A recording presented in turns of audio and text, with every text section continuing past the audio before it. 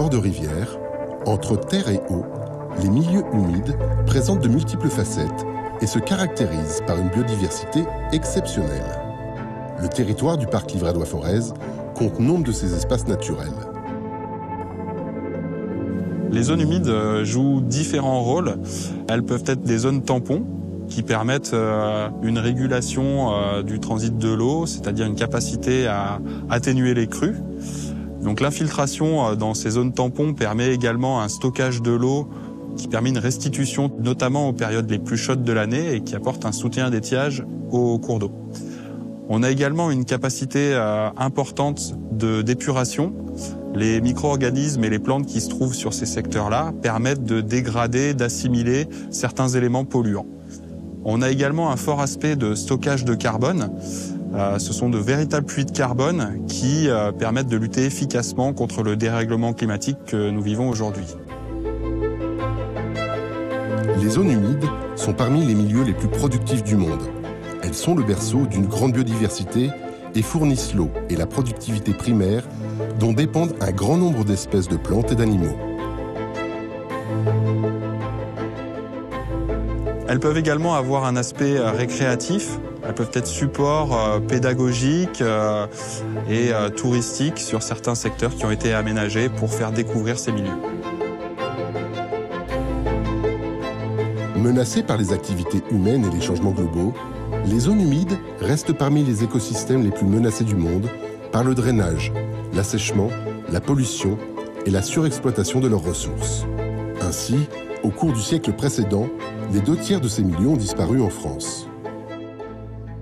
Les enjeux sur les zones humides sont multiples. À l'échelle de notre territoire, la priorité numéro 1, c'est l'amélioration de la connaissance de ces zones humides pour pouvoir les préserver pour l'avenir, puisque les préserver maintenant améliorera la qualité de l'eau du robinet de demain.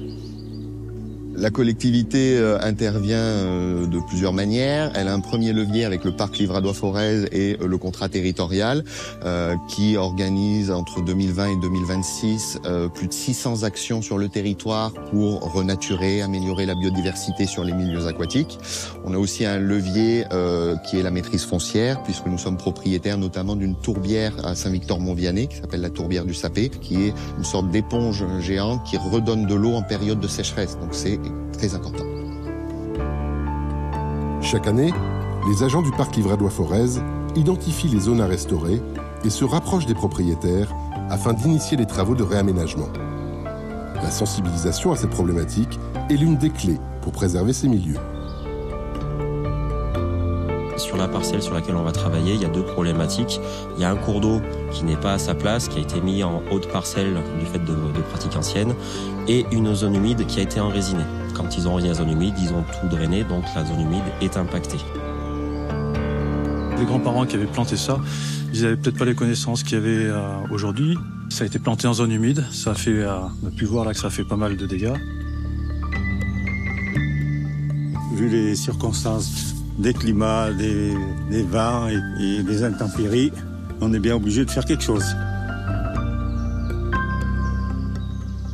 Aujourd'hui, en fait, on va retirer les épicéas présents dans la zone humide, remettre le cours d'eau dans son fond d'origine, et à l'issue de notre chantier, on va replanter du feuillu en bord de cours d'eau, et dans la zone humide, les propriétaires ne replanteront pas l'épicéa qui pose des soucis.